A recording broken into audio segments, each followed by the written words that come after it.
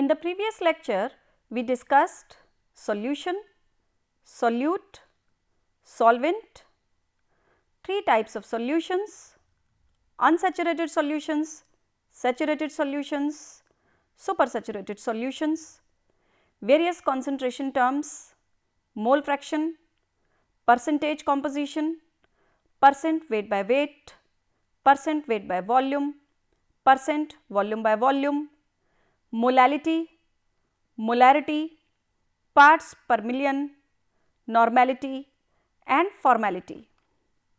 In this lecture, we are going to discuss effect of pressure on solubility, Henry's law, vapor pressure of liquids, factors affecting vapor pressure, Raoult's law and ideal solutions. Now, let us discuss the effect of pressure on solutions. Pressure changes do not affect solubility of liquids and solids significantly aside from the extreme pressure changes, that is in vacuum or very high pressures. Gases are compressible fluids and therefore solubilities in liquids are pressure dependent. Solubility of a gas in a liquid increases with increase in partial pressure of the gas above the solution. The quantitative connection between the solubility and pressure is given by Henry's law. Let us discuss Henry's law.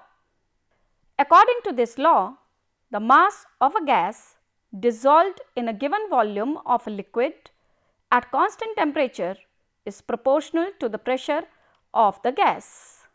Thus, if m is the mass of the gas dissolved per unit volume of a solvent and p is the pressure of the gas in equilibrium with the solution, then according to Henry's law, m, that is mass of the gas dissolved, is directly proportional to p, that is partial pressure at constant temperature, or we can say that m is equal to k into p, where k is the proportionality constant, or m upon p is equal to k. There is a relation of solubility with Henry's law. The relationship between solubility and Henry's law can be given by the expression Sg is equal to K into Pg, where Sg is the solubility of the gas and Pg is the partial pressure of the gas above the liquid. K is Henry's law constant. It has been observed that most gases obey Henry's law provided the pressure is not too high, the temperature is not too low and the gas is not highly soluble and does not enter into chemical combination with the solvent. Let us have a look on a practice problem. The solubility of gas A in water is 2.79 grams per liter at a partial pressure of 0.24 atmospheres. What is the Henry's law constant for A? Molecular mass of the gas is 80 grams per mole. You can use the relationship S gas is equal to Kh into P gas. You have to calculate Kh, hence Kh is equal to S gas upon P gas. Put the values.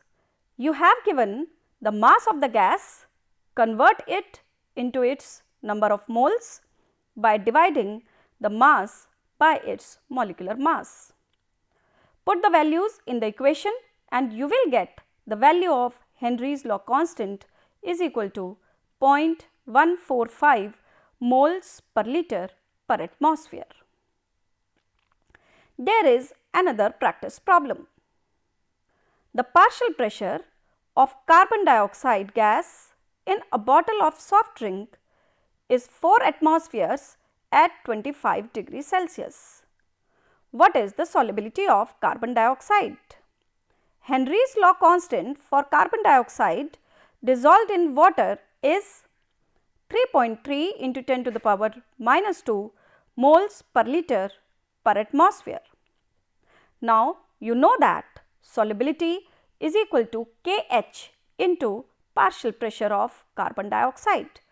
Put the values of Kh, you will get solubility is equal to 3.3 into 10 to the power minus 2 into 4 equal to 0.1 moles per liter.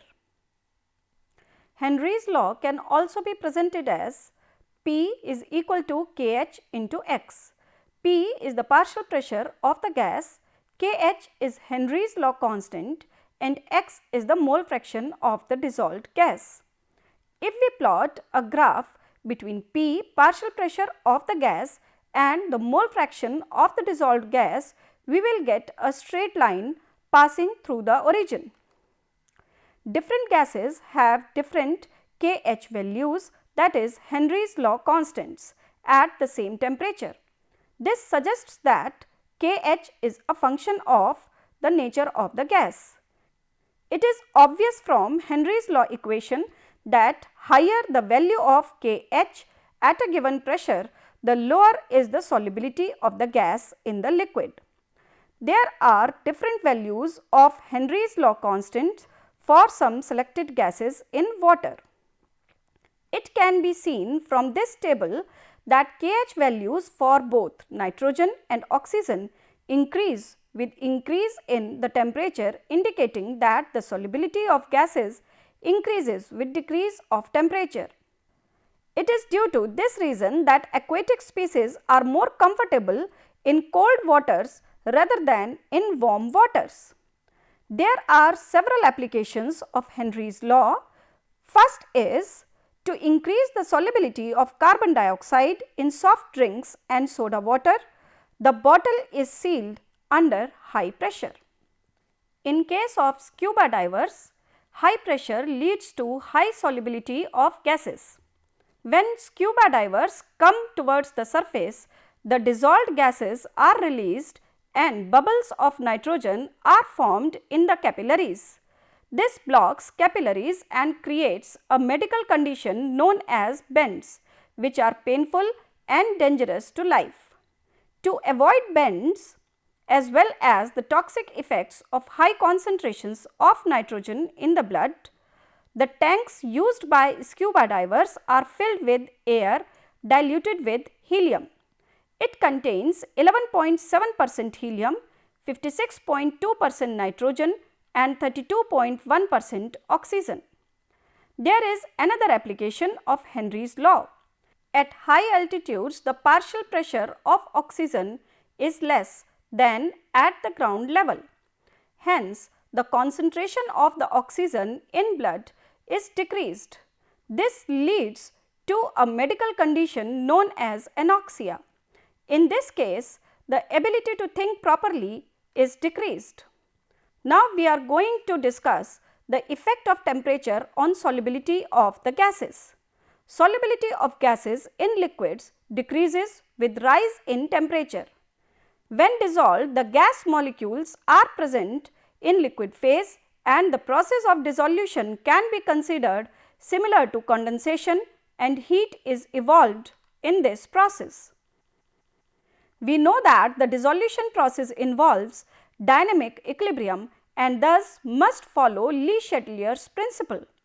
As dissolution is an exothermic process, the solubility of the gas will decrease with increase in temperature. Let us discuss the vapor pressure of the liquids. Vapor pressure is defined as the partial pressure exerted by the vapors above the liquid surface in the equilibrium with liquid at a given temperature. In illustrations A and B, the liquid and vapor states of a given substance are represented. The individual molecules or particles are represented at a particular instant of their random motion. In illustration C, it has been shown that when equilibrium is reached, the number of molecules evaporating is equal to the number of molecules condensing. The pressure read on the manometer is the vapor pressure of the liquid at that temperature. Vapor pressure of the liquid depends upon the nature of the liquid and the temperature of the liquid. Let us discuss the effect of nature of the liquid on vapor pressure.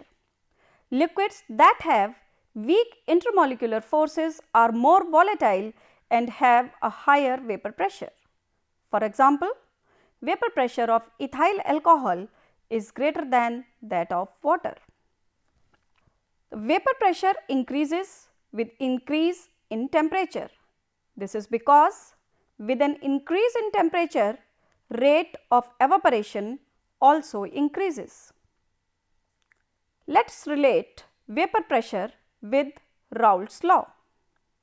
In 1886, the French chemist Frances Marie Raoult carried out a series of experiments to study the vapor pressure of a number of binary solutions containing non-volatile as well as volatile non-electrolyte solutes. On the basis of results of the experiments, he stated a law known as Raoult's law. According to this law, the partial pressure of any volatile constituent of a solution at a constant temperature is equal to the vapor pressure of pure constituent multiplied by the mole fraction of that constituent in the solution. Pa is equal to Na upon Na plus Nb into P naught A, which is again equal to Xa into P naught A.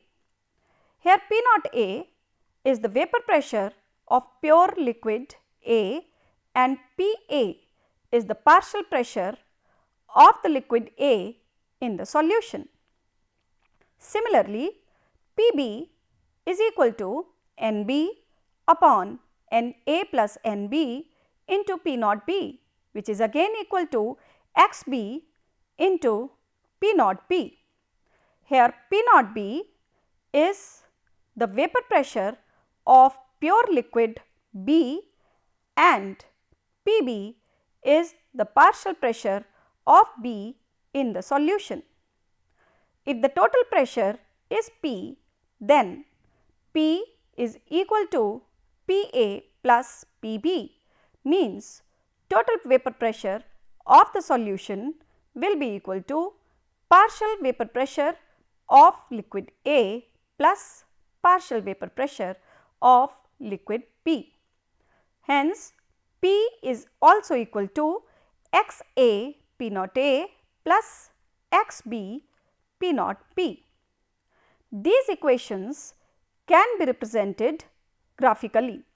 You can have a look on the graph shown in the figure. As the values of P naught A and P naught B are constants at a particular temperature, it reveals that total pressure is a linear function of Xb or Xa.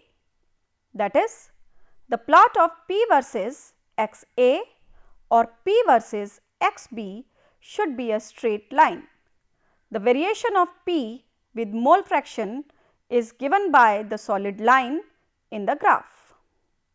The vapor pressure of a solution containing non-volatile solute is directly proportional to the mole fraction of the solvent.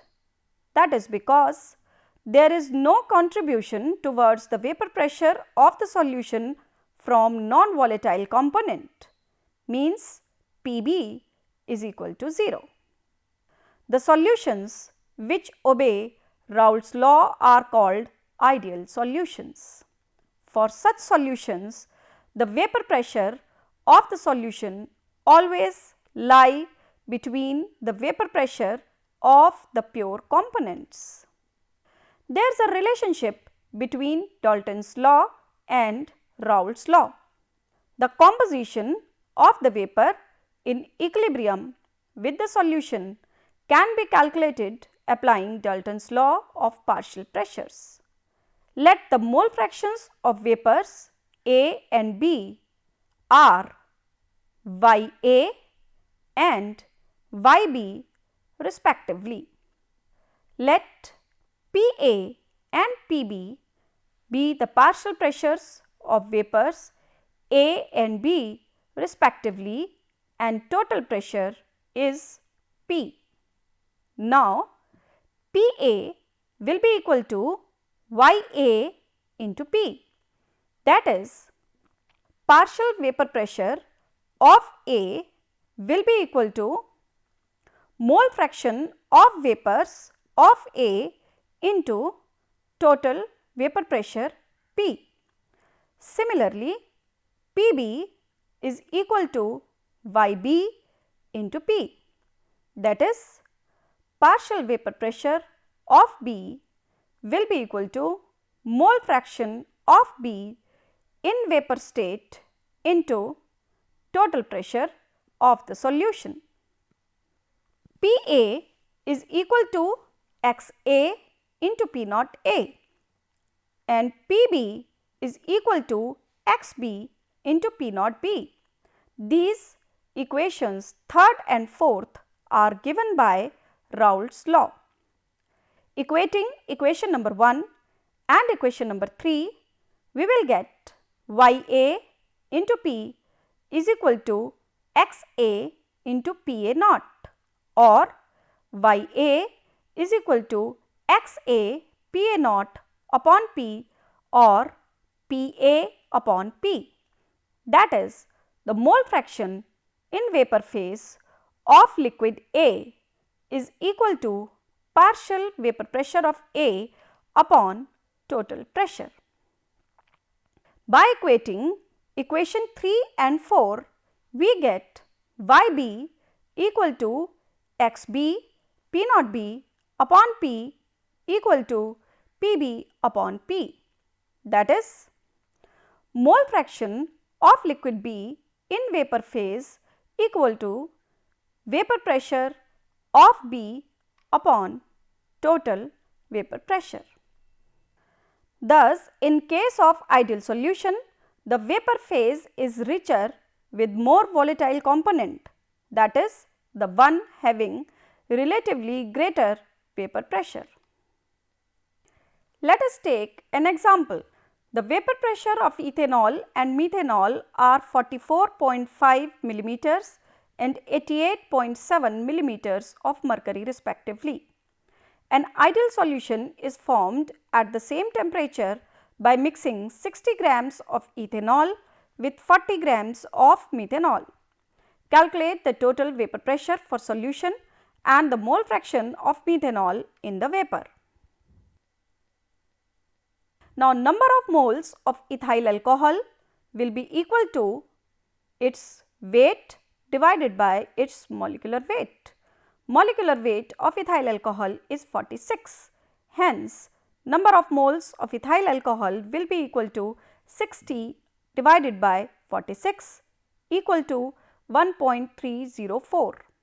Similarly, number of moles of methyl alcohol will be equal to 40 upon 32 equal to 1.25. So, mole fractions of ethyl alcohol equal to number of moles of ethyl alcohol upon total number of moles, that is 0.5107. Similarly, mole fraction of methyl alcohol will be equal to number of moles of methyl alcohol divided by total number of moles, which is equal to 0.4893.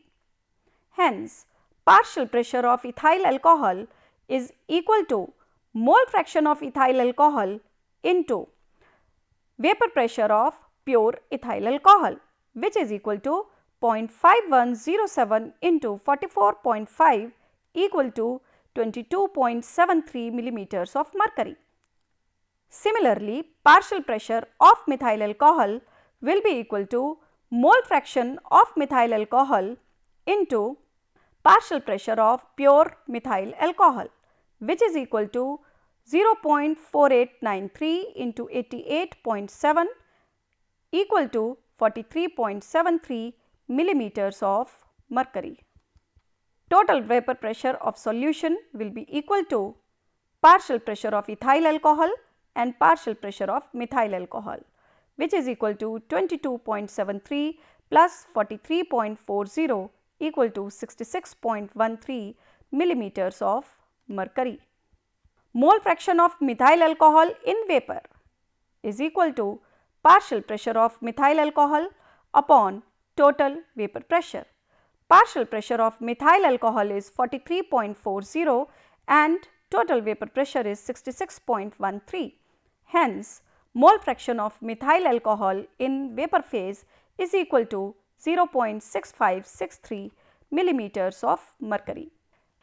Let us have a look on another example. Two liquids A and B form ideal solution. At 300 Kelvin, the vapor pressure of a solution containing 1 mole of A and 3 moles of B is 550 millimeters of mercury. At the same temperature, if 1 more mole of B is added to this solution, the vapor pressure of the solution increases by 10 millimeters of mercury. Determine the vapor pressure of A and B in their pure states. Now, let the vapor pressure of pure A is equal to P naught A and the vapor pressure of pure B is equal to P naught B. Total vapor pressure of the solution which contains 1 mole of A and 3 moles of B will be equal to 550 millimeters of mercury, and that will be given by 550 equal to 1 by 4 P naught A plus 3 by 4 P naught B. Here 1 by 4 is the mole fraction of A and 3 by 4 is the mole fraction of B. Similarly, total vapor pressure of the solution which contains 1 mole of A and 4 moles of B is 560 millimeters of mercury. Now, the equation is formed: 560 is equal to 1 by 5 P naught A plus 4 by 5 P naught B.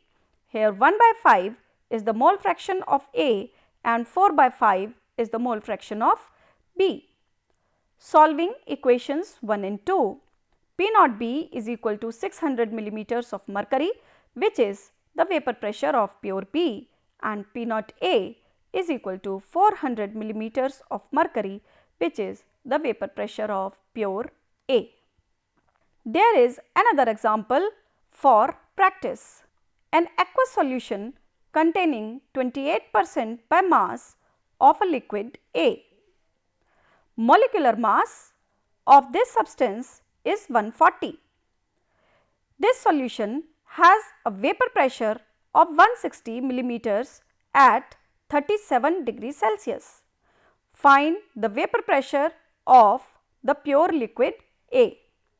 The vapor pressure of water at 37 degrees Celsius is 150 millimeters. For total miscible liquids, total pressure of the solutions is equal to mole fraction of A into vapor pressure of A in its pure state plus mole fraction of B into vapor pressure of B in its pure state. Number of moles of A is equal to 28 divided by its molecular mass 140, which is equal to 0.2. Liquid B is water. Its mass is 100 minus 28 grams, which is equal to 72 grams. Number of moles of B is equal to 72 upon 18. Here 18 is the molecular mass of water. So, number of moles of water is equal to 4. Total number of moles is equal to 0.2 plus 4, which is again equal to 4.2. In this example, it is given that total pressure is 160 millimeters and P naught B is equal to 150 millimeters. So, 160 is equal to 0.2 upon 4.2 into P naught B plus 4 upon 4.2 into 150. Equating, we can get P naught A is equal to 360.15 millimeters. Let us discuss the ideal solutions. An ideal solution is one in which the molecules attract one another with equal force irrespective of their nature. Thus, a solution composed of two components A and B will be an ideal one if the forces between A and B and B are same. An ideal solution possesses some characteristics. Number 1, volume change of mixing should be 0. Delta V mixing is equal to 0. That is, volume of solvent plus volume of solute must be equal to the volume of solution. Number 2, heat change on mixing must be equal to 0. Delta H mixing is equal to 0. That is, heat is neither absorbed nor evolved during solution making. Number 3, there should be no chemical reaction between solvent and solute. Solvent and solute must make a perfect solution on mixing. Number 4, solute molecules should not dissociate in the ideal solution. For example, on adding water to sodium chloride, it dissociates in Na plus ions and Cl minus ions. Hence, the aqueous solution of sodium chloride is not an ideal solution. Condition number 5, solute molecules should not associate in ideal solution. For example, benzoic acid on dissolving in benzene dimerized, hence it associates in the solution. Hence, the solution of benzoic acid in benzene is not an ideal one. Next characteristic of ideal solutions is that ideal solutions must obey Raoult's law at all concentrations.